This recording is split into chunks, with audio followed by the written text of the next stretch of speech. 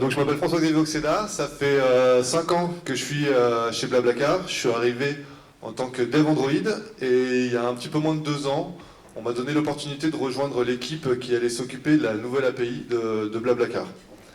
Alors commençons avec un petit peu d'histoire. L'environnement tech historique de Blablacar, c'est un monolithe développé en PHP avec le framework Symfony. Alors dans ce monolithe, qu'est-ce qu'il y a? Il y a évidemment toute la business logique de l'application Blablacar, il y a les API qui servent les apps Android et iOS, et évidemment la génération de pages web.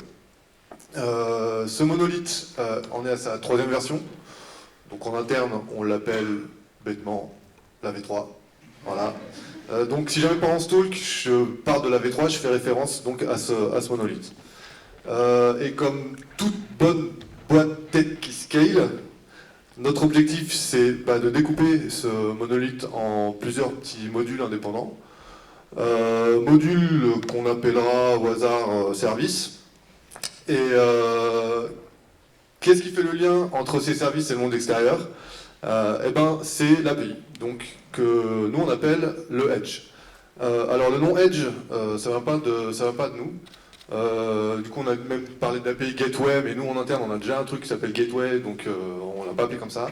Et Edge, ça nous plaisait bien parce que ça donnait bien l'idée qu'on est vraiment au bord de la stack tech et que c'est le point d'entrée finalement des services et de tout ce qui est interne techniquement à Blablacar. Donc, quelles sont les missions du Edge? La première, c'est, vous sentez quand même que j'ai du mal à contrôler mon corps, hein. Je tremble un petit peu et tout, j'essaye de me contrer mais c'est difficile.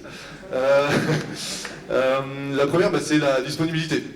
C'est-à-dire que comme c'est la porte d'entrée, si elle est fermée, on va pas aller bien loin. On utilise souvent comme argument de l'architecture microservice que c'est bien, les modules sont indépendants, comme ça s'il y en a un qui tombe, il n'entraîne pas les autres avec lui. C'est vrai. Simplement, il y a un service, s'il tombe, les autres, ils ont beau être shiny, tout bien, ils servent à rien. Donc la disponibilité, c'est hyper important. Deuxième, la sécu. Voilà, comme j'ai dit, c'est une porte d'entrée, mais bon, voilà, on sécurise un petit peu la porte. On est sympa chez Blabla, mais bon, on laisse pas rentrer tout le monde non plus. C'est-à-dire que c'est propre à l'intérieur quand même.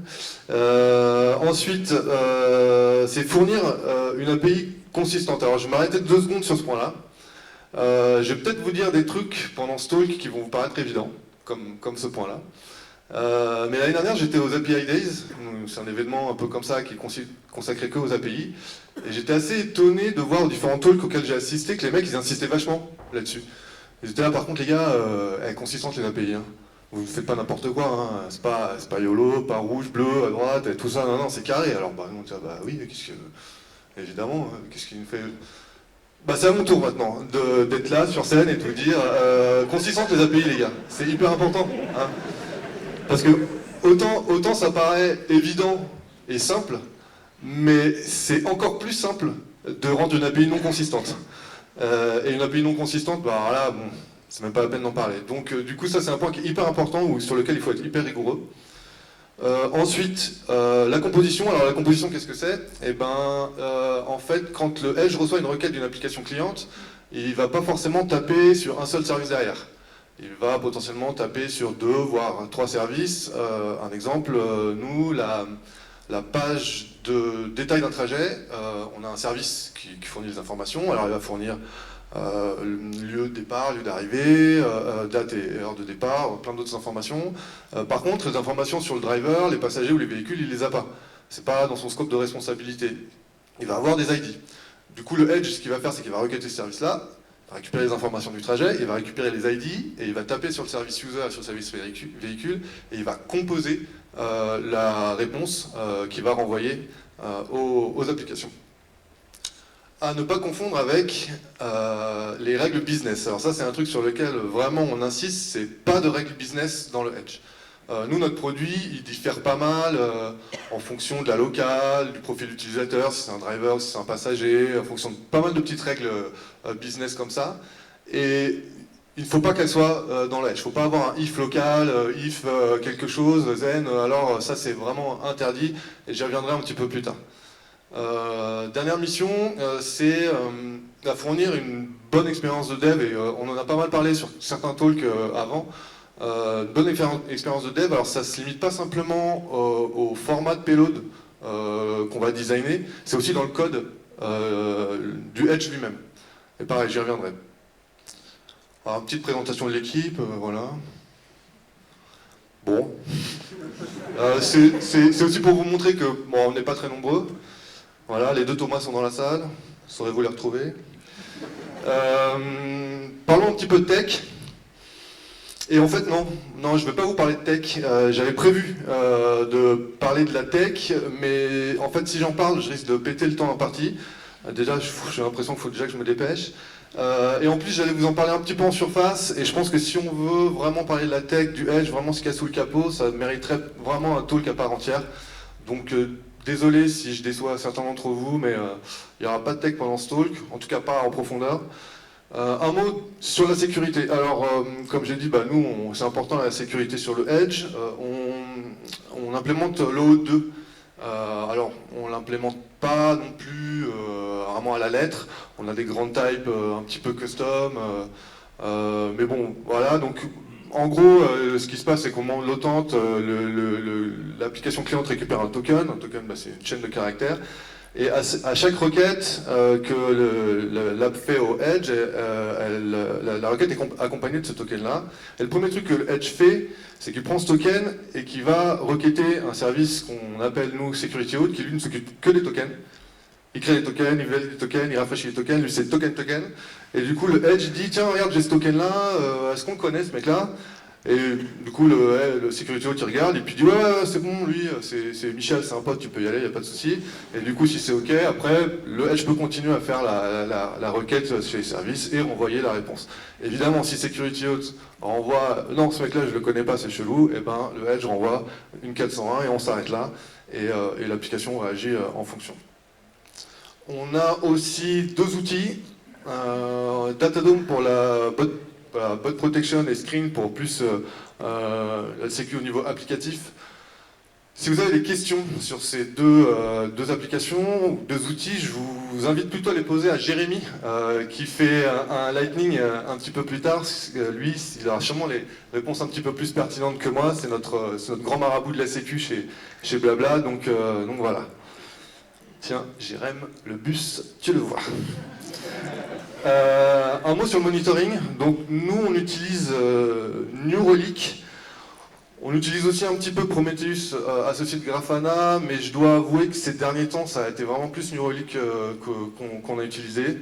Donc ça, c'est un exemple d'un de nos dashboards. Et en fait, le Edge, comme je disais, l'un des trucs qui est très important, c'est de savoir s'il est up and running. On ne le monitore pas simplement aussi pour ça, on le monitore aussi pour savoir si les apps, elles utilisent bien le service. Et du coup, j'ai deux exemples. Le premier, c'est qu'on remarquait que le service Security Auth, il créait trop de tokens, il se rafraîchissait trop, il était un peu sous l'eau, alors que c'était bizarre, il n'y avait pas de raison que ça soit le cas. Du coup, on a isolé un petit peu les 401 qui ont envoyé le Edge, les appels au endpoint pour rafraîchir le token, et on est tombé sur ce graphe-là, qui a trois jolies courbes un petit peu qui sont isolées, qui sont bien corrélées. Et ça, qu'est-ce que c'est? C'est l'application Android, qui fait des trucs, on ne sait pas trop ce qu'ils font. L'application iOS, on la voit même pas, elle est tout en bas, donc là, c'est même pas du simple au double, hein, c'est n'importe quoi. Donc du coup, ce graphe-là, ça nous a permis de pouvoir aller voir l'équipe Android et puis leur dire, les gars, c'est quoi ça c'est-à-dire que l'application Android, elle fait pas bien, là, faut faire quelque chose. Bon, ça fait 4 mois que le ticket est ouvert, ça c'est encore autre chose. Un autre truc, le Edge est déployé, donc est containerisé, déployé dans Cube. Et pour une raison qu'on ignore encore aujourd'hui, il faut que je me dépêche, il y avait des pods, des fois, ils perdaient tous les hosts du service. Ils devenaient complètement aveugles. Et donc du coup, ça crée un problème, parce qu'ils recevaient quand même les requêtes des apps. Du coup, pic de 500 côté app. Donc ce qu'on a fait, c'est qu'on a fait ce graphe-là qui compte le nombre de 500 que renvoie à chaque pod, et dès qu'on en voit un qui skyrocket, du coup on l'identifie et on le kill. On a rajouté de l'alerting, du coup on est notifié sur Slack et sur PagerDuty pour celui qui est on call. Donc ça voilà, deux exemples un petit peu de de monitoring un peu custom qu'on a mis en place. Un mot sur le versioning. Du coup, on a étudié un petit peu les différents styles de versioning qui existent. Et en fait, ce qui a un peu influencé notre choix, c'est que 99% de notre API, elle est consommée par nos apps. Les devs, ils sont à 50 mètres de nous. 50, non, c'est peut-être un peu trop 20, je dirais. Donc finalement, on a opté pour le truc le plus simple et le plus flexible, c'est le header custom.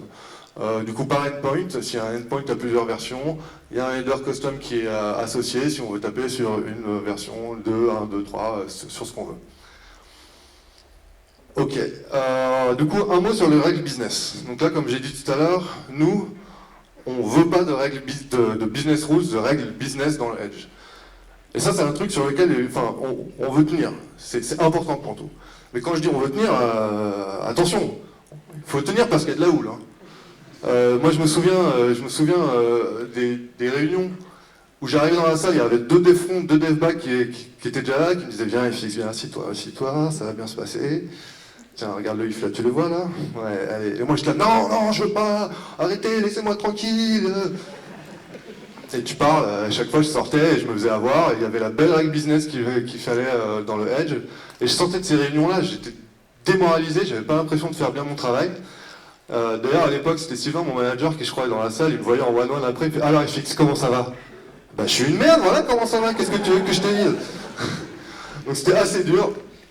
Et en fait, ce dont on a réalisé un petit peu après, c'était que oui, effectivement, pas de règle business dans le Edge, mais il ne fallait pas juste s'arrêter à là.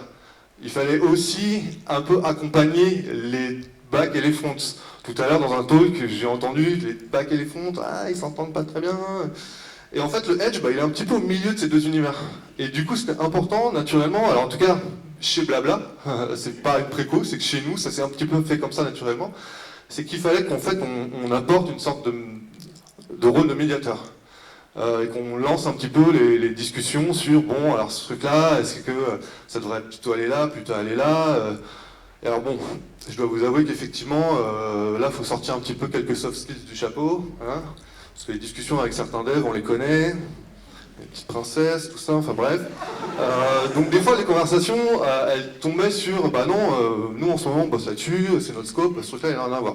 Et on pouvait dire, attends, je regarde la roadmap, bon là vous êtes amené à bosser sur ce truc-là, est-ce que maintenant ça fait pas un peu sens que ce truc-là arrive chez vous? Ah oui, effectivement, donc ça marchait, puis des fois quand ça marchait pas du tout, quand vraiment il y avait une règle business qui était là et puis qui était dans aucun scope, et qu'est-ce qu'on a fait? On a créé un service qui s'occupait de ça, qui s'appelle tout bêtement Business Rules, donc là il est en cours de dev, et du coup qui va prendre des contextes en paramètres, et le Edge finalement va composer avec ce service-là pour renvoyer ce que les clients ont besoin.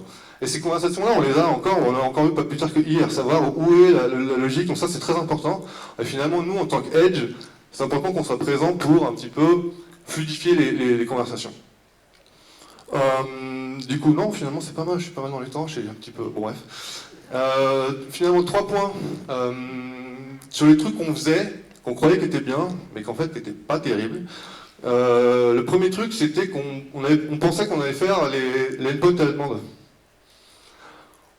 Tout le monde était en train de migrer, notre premier client c'était une application web qui pareil, elle a été recommencée from scratch, donc du coup, c'était cool, vas-y tu veux quoi, tiens, ça va être ce point là, c'est quoi le suivant, vas-y, pas de problème, next, vas-y, ok, c'est bon.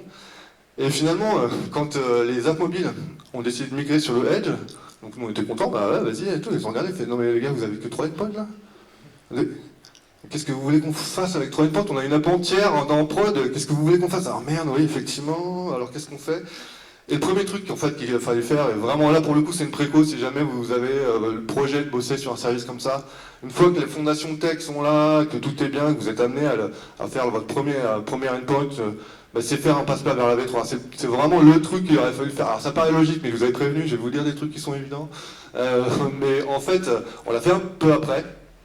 Et une fois qu'on l'a fait, on sentait que c'était vachement plus détendu et qu'on peut bosser sur les endpoints de migration de manière un petit peu plus posée. Donc vraiment ça, le passe-plat bête et méchant vers l'API existante, c'était le premier qu'on aurait dû faire. Deuxième truc qu'on pensait, mais qui était un peu une bêtise, c'était qu'on pensait qu'on allait être les drivers des contrats d'API. Non, faux. complètement faux. Le edge n'est ni le producteur, ni le consommateur final finalement de la data. En plus, j'ai bien insisté sur le fait qu'il n'y avait pas de produit dans notre équipe, donc on n'a pas de PM, on n'a pas de PO, on est assez loin du produit. Des fois, on est même là en train de se dire, c'est quoi? Covoiturage, oui, c'est ça, pardon. Donc, c'était complètement une bêtise. Évidemment que c'est une association des backs et des fronts qui doivent participer au contrat d'API. Et du coup, aujourd'hui, ce qu'on a, c'est qu'on a un repo de proposition de contrat d'API avec toutes les personnes qui sont concernées, qui sont dans la boucle. Le edge aussi, toujours, par contre. Nous, pas tant sur la partie produit, mais sur la partie de consistance. Rappelez, garder la consistance de l'API, c'est important. Donc nous, toujours, on a un œil sur le fait de s'assurer que l'API est consistante. On a aussi un Slack, une channel Slack et des weekly meetings. Ça, c'est assez nouveau, donc on a plein de trucs à se dire. Mais c'est assez efficace. Et dernier truc, oui, c'est ça, c'est qu'on pensait qu'on allait être les seuls à développer sur le Edge. Alors ça, c'est... Rappelez-vous le nombre de personnes qu'on est dans l'équipe, surtout qu'en plus on n'a pas que le Edge comme scope dans l'équipe. Donc évidemment que non, sinon vous imaginez s'il n'y avait que nous, la dépendance qu'on crée et le bottleneck qu'on crée. Donc non, il y a tous les autres devs qui développent sur le Edge. Mais ça implique du coup deux choses. C'est qu'il faut quand même garder un œil sur la qualité de code. Pas que les autres devs, ils sont des mauvais devs, c'est pas du tout ce que je veux dire. Ce que je veux dire, c'est que les devs dans leur service, avec leurs guidelines, leurs habitudes, c'est pas les mêmes quand ils viennent développer sur le Edge. Donc du coup, pareil, il faut qu'on garde un œil sur ce qu'il faut bien qu'on les onboard, faire du pair programming, et forcément être très rigoureux sur les pull requests. Je sais que décliner une pull request, c'est toujours un petit peu délicat. Mais c'est pour ça que fournir une expérience de développeur dont je parlais avant, c'est important. Il faut vraiment qu'on les mette sur des rails. Je crois que Stan aussi dans son talk, il a évoqué cette idée-là, que ça soit pas trop compliqué pour les... Merde, j'ai appuyé sur un truc. Ouais. Pour les devs de mettre en place leur endpoint et qu'ils soient sur des rails. Et deuxième truc aussi, c'est un peu la standardisation.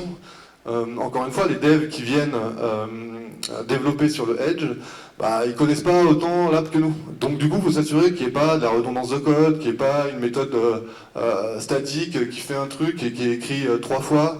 Il faut s'assurer aussi que les objets métiers ne sont pas dupliqués. À un moment donné, on avait 4 objets price. 4 objets price qui étaient un peu le même, mais différent. Des fois la valeur c'était string, des fois c'était double, des fois c'est value, amount. Et je vous raconte pas la tannée que ça a été pour justement en réduire jusqu'à un objet. Et ça pareil, il faut faire très attention à ça. Et ça c'est 20 minutes qui s'est passé comme 20 secondes. Je vous remercie de m'avoir écouté.